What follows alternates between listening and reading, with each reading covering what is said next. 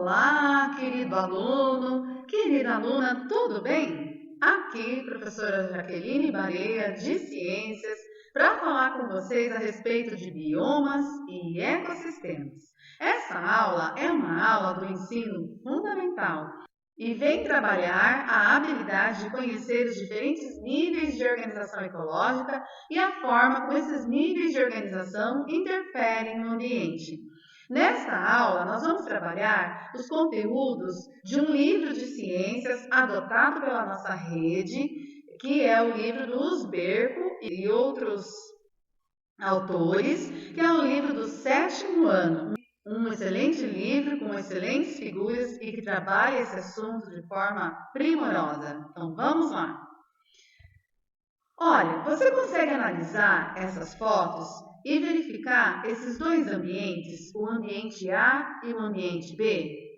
Pertence ao continente africano, mais precisamente à África do Sul. E o ambiente B, ele pertence ao centro-oeste brasileiro, mais especificamente à Chapada dos Veadeiros. Vocês conseguem perceber semelhanças nesses dois ambientes? Muito bem. Agora, analisem os seres vivos da letra C e da letra D. Vocês conseguem perceber semelhanças entre as plantas dessas duas fotos? E vocês conseguem perceber semelhanças entre esses dois herbívoros que estão fotografados aqui? Pois bem, essas plantas aqui são justamente presentes no ambiente da foto A. E essas plantas aqui estão presentes no ambiente da foto B. Esse cervo, ele é presente nesse ambiente A e esse cervo, ele é presente no ambiente B. Da foto C, ele é chamado de impala e na foto D, ele é o nosso brasileiríssimo veado canteiro.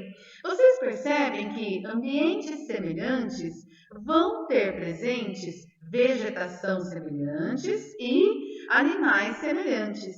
Ou seja, relevo, clima, altitudes semelhantes vão causar pressões seletivas que vão fazer com que existam ali seres vivos semelhantes, mesmo que esses locais estejam em diferentes partes do mundo. Aqui nesse planisfério, você consegue notar que, olha, a região centro-oeste brasileira, onde fica a Chapada dos Veadeiros, é aqui. E a África do Sul é aqui. Vocês conseguem perceber no planisfério que ambas as regiões, elas ficam em partes do planeta Terra que recebem quantidades semelhantes de iluminação, que recebem quantidades semelhantes de calor, onde as correntes marinhas e as correntes de vento são semelhantes. Então, o clima é bastante parecido, as condições atmosféricas são bastante parecidas, as condições de iluminação solar também são parecidas. E aí, como vocês viram, também são regiões de relevo acidentado, com altitudes. Então, o relevo também é parecido. Então, devido a isso, as pressões seletivas para os diferentes tipos de fauna e de flora são semelhantes. Por isso que a gente vê semelhanças entre os seres vivos presentes nesses ambientes. Então, a gente percebe que a biosfera, ela é, de certa forma, organizada no planeta Terra. E essa organização, ela se dá devido às condições climáticas e de relevo, principalmente. E o que é biosfera, professora Jaque? Olha, biosfera é a camada do planeta Terra aonde existe vida. Logicamente, essa camada de existência de vida, ela se localiza especialmente na crosta terrestre da litosfera. Então, a vida ela existe até 9.000 metros de profundidade, é o limite inferior da biosfera, ou seja, seja, até 9.000 metros, 9 quilômetros de profundidade, no mais profundo do oceano, na zona sem luz, na zona afótica, ainda existem seres vivos.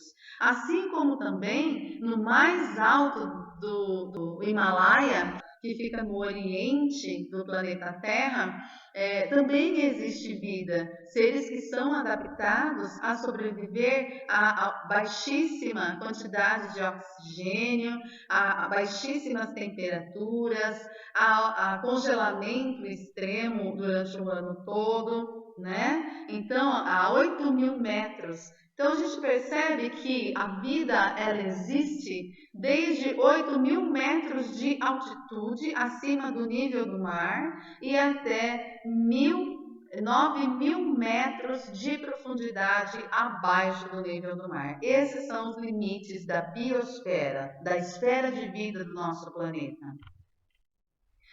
Agora, essa vida que se distribui no planeta Terra, essa biosfera que está ocupando a litosfera do nosso planeta, se organiza na forma de biomas. O que são esses biomas que vocês devem estar estudando também na área de geografia? Os biomas, eles são tipos característicos de vegetação organizados em regiões grandes e especificadas do nosso planeta. E esses tipos de vegetação, eles são determinados principalmente por fatores climáticos e recebem esse nome de biomas e fazem parte da biosfera. Então, a biosfera é dividida em vegetações específicas que ocupam regiões grandes do nosso planeta e essas vegetações específicas recebem esse nome de bioma. Os biomas são regiões com características semelhantes com relação à altitude, vegetação, tipos de solo, clima, possibilitando que esses locais sejam classificados de uma mesma maneira, ainda que sejam distantes entre si. Então, quando você fala numa savana, existe biomas no Brasil que são do tipo savana. O cerrado, por exemplo, ele apresenta uma vegetação savanística semelhante à savana africana. Por quê? Porque se você comparar as duas, é semelhante, tá? Os biomas são grandes áreas do planeta que apresentam flora, ou seja, uma diversidade de vegetais, e fauna, uma diversidade de animais bem característicos, além de outras condições ambientais próprias, como altitude, tipo de solo, se é alagado, se não é alagado, se tem queimadas naturais, se não tem queimadas naturais, o tipo de clima, a quantidade de chuva e assim por diante. O bioma, ele possui características específicas e regiões específicas, e essas características, elas se mantêm ao longo de muito tempo. Isso é muito importante a gente conhecer e saber. Outro conceito que a gente vai trabalhar quando a gente fala de biomas é o conceito de biodiversidade. Biodiversidade é um conceito que a gente discute em geografia e discute bastante em ciências também. É a variedade de seres vivos encontrados num ambiente. Quanto mais biodiversidade um ambiente tem, mais espécies diferentes de seres vivos aquele ambiente contém. Um ambiente que contém 3.000 espécies diferentes de seres vivos tem maior biodiversidade do que um ambiente que tem 200 espécies diferentes de seres vivos. Um ambiente pode ter 2.000 zebras e 5.000 elefantes, vamos fazer de conta, tá? Que isso é possível. 2.000 zebras e 5.000 elefantes num ambiente. O outro ambiente pode ter 5 zebras, 10 elefantes, 200 tipos diferentes de pássaros, 100 diferentes tipos de insetos. Esse segundo ambiente, ele tem um número menor de indivíduos, mas ele tem um número maior de diferentes tipos de seres vivos. Então, o segundo ambiente, ele tem uma biodiversidade maior. Os biomas, eles mantêm regiões bastante estáveis com relação à biodiversidade, ou seja, os tipos de seres vivos encontrados num determinado bioma se mantêm sempre ali ao longo do tempo. Surge um ou outro ser vivo diferenciado, uma ou outra espécie diferenciada, mas isso é uma mutação nova, alguma coisa diferente que aconteceu. Assim como também extinções podem acontecer caso um evento novo aconteça. Como um terremoto, uma erupção vulcânica, períodos de secas prolongadas, inundações ou deslizamento de terras. Mas, se nada disso acontecer, a biodiversidade daquele ambiente, ela se mantém por longo período. Aquelas espécies tão esperadas de serem encontradas ali. A não ser que o bicho-homem também chegue lá e mude tudo isso, né, gente? Porque nós, infelizmente, temos esse poder destrutivo. Agora, uma coisa também que a gente precisa entender é que dentro de um mesmo bioma existem diferentes ecossistemas, tá? Veja, por exemplo, nessa linda foto aqui que é do nosso livro, né? Do livro que a gente usa, que é o Musbergo. Você percebe que aqui, isso aqui é uma foto de um bioma brasileiro chamado Cerrado. Você percebe que esse bioma aqui, que é o Cerrado, ele tem nesse trecho aqui um determinado aspecto, com árvores um pouco mais altas, né? Um pouco de mato aqui embaixo e tal. Agora aqui, ó, mais na beirada do rio e nesse trecho aqui, eles apresentam com plantas mais rasteiras, mantém esse aspecto mais ressequido, mais contorcido da vegetação, mas ele mantém esse aspecto de cerrado, mas a vegetação é um pouco diferente. Por quê? Porque aqui é um determinado conjunto de seres vivos e tipo de solo e quantidade de umidade e micróbios no solo, então gerou esse tipo de ecossistema aqui dentro. Agora aqui já tem mais umidade, já tem outro tipo de solo, já bate mais vento, já está mais próximo da altitude. Então aqui já tem outras microcondições climáticas dentro desse grande bioma que vai fazer com que a vegetação seja um pouquinho diferente. Tudo isso aqui é o bioma cerrado, faz parte do cerrado. Só que dentro do cerrado podem existir pequenas diferenças, que são os ecossistemas. Tá? Então, dentro de um mesmo bioma, é possível encontrar regiões com aspectos diferentes em relação a condições ambientais, como relevo, altitude e clima. E isso vai fazer com que a vegetação tenha um pouquinho de diferenciação uma da outra, a presença de animais talvez mude de fauna, né? Mude um pouquinho, mas continua mantendo as características principais daquele bioma. Os ecossistemas, eles são bem menores que os biomas, tá bom? Olha só, esse lugar aqui vocês conhecem? Claro que vocês conhecem, é a nossa praça central, a nossa Praça do Bosque, que fica lá no centro da nossa cidade, né? Você olhando para essa foto aqui do centro da nossa cidade, você consegue imaginar quais são os seres vivos presentes aqui nessa foto? São os seres não vivos que estão presentes aqui nessa praça? Vamos tentar fazer uma lista? Vamos lá? Professora, seres vivos. Eu estou vendo várias árvores. Eu estou vendo várias espécies diferentes de árvores. Eu estou vendo também várias espécies diferentes de plantas, de arbustos. Eu sei que tem micróbios na terra. Eu sei que tem várias espécies diferentes de formigas. Eu sei que tem várias espécies diferentes de besouros, de borboletas, de mariposas, de abelhas.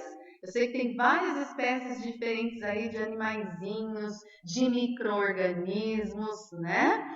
Mas eu também sei que tem seres não vivos, como por exemplo, tem ar, tem água, tem a luz solar, tem a presença do calor, da umidade, da transpiração das árvores, né? Eu sei também que tem os elementos que são os componentes não vivos aí. Muito bem. Nessa praça eu tenho seres vivos e os seres não vivos. E é isso que forma o ecossistema. Na nossa Praça do Bosque, nós temos um ecossistema ali, porque eu tenho seres vivos naturais e seres não vivos naturais também convivendo, coexistindo no mesmo espaço. Então eu tenho um ecossistema, tá? Então o que é o ecossistema? O ecossistema é o conjunto de relações existentes entre os fatores bióticos, ou seja, os seres vivos, a comunidade daquele ambiente, com os seres abióticos, ou seja, os componentes não vivos presentes naquele ambiente. Vamos voltar para a foto anterior. Você consegue imaginar aqui, me dar um exemplo de um ser vivo da praça que depende de um ser não vivo da praça? Isso, as árvores precisam da luz solar. As árvores precisam da água. As árvores precisam do solo, da terra, para absorver os nutrientes. Muito bem. Você consegue dar um exemplo aqui de um ser vivo aqui da praça que precise de outro ser vivo aqui da praça? Isso, você pode dizer que as abelhas precisam do néctar das flores da praça. Você pode dizer que as árvores precisam das minhocas que estão no solo, porque as minhocas cavucam o solo e dessa forma a água penetra até as raízes das plantas, o ar penetra, né, até as raízes das plantas, beleza? Ótimo. Você consegue me dar um exemplo de um ser não vivo que precise de um ser vivo da praça? Isso mesmo. A chuva que acontece na praça pode depender da evapotranspiração das árvores. Isso, as árvores absorvem água, transpiram, essa transpiração das árvores se transforma em nuvem, essas nuvens recebem a frente fria e aí elas se condensam e chove. E aí essa chuva vem justamente da evapotranspiração das árvores. Então, para chover, precisa das árvores. Isso mesmo, a chuva depende das árvores. Ótimo. E você pode dar um exemplo aí de um ser não vivo dessa praça, que precisa de um ser não vivo dessa praça? Isso, o ciclo da água, né? Para que a água possa evapotranspirar, né? A água possa evaporar, ela precisa da luz do sol. Muito bem. Você consegue perceber que um ser vivo precisa de outro ser vivo? Um ser não vivo precisa do ser vivo e de um ser não vivo. O ser vivo precisa de um ser vivo e de um ser não vivo. E está tudo interligado, é a teia da vida, não é? Essa teia da vida, essas interações, essas interrelações, essa dependência que todos os seres do ambiente natural têm um com o outro, isso é chamado de ecossistema. Então, no ecossistema, os fatores bióticos, que são os seres vivos que compõem a comunidade do ambiente, depende dos fatores abióticos, depende dos seres não vivos. Compreenderam? Então, o ecossistema é isso, é a interação entre os seres, entre os componentes bióticos e abióticos. Tá bom? Tá? Muito bem.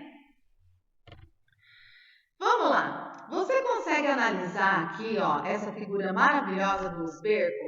O que são a letra A, a letra B e a letra C? Olha só, na letra A, você tem aqui os seres vivos, você tem a luz do sol, você tem o solo, as rochas, o ar, né? As aves, olha aqui uma serpente, um lagarto, né? Os micróbios que estão no solo. Você quer esperar um pouquinho para responder o que é o A? Agora olha aqui, ó, o que você tem aqui na letra B? Isso mesmo, na letra B, você tem todos os seres vivos que estão na figura aqui, ó. Você tem as aves, os répteis, o mamífero, você tem os diferentes tipos de planta que estão presentes aqui. Aqui você tem todos os seres vivos, ou seja, você tem todos os componentes bióticos. Ou seja, você tem toda a comunidade. Então, o que é comunidade? Todos os fatores bióticos do ambiente, o conjunto de todos os seres vivos do ambiente, tá? Então, na letra B são todos os seres vivos. E aqui na letra C, você tem o solo, você tem as pedras, as rochas, você tem o ar, você tem a luz do sol, você tem a água que deve estar infiltrada na terra, né? Aqui, ó, você tem os componentes abióticos, os seres sem vida, tá? E esses seres sem vida compõem os fatores abióticos, sem bio, vida, os fatores sem vida.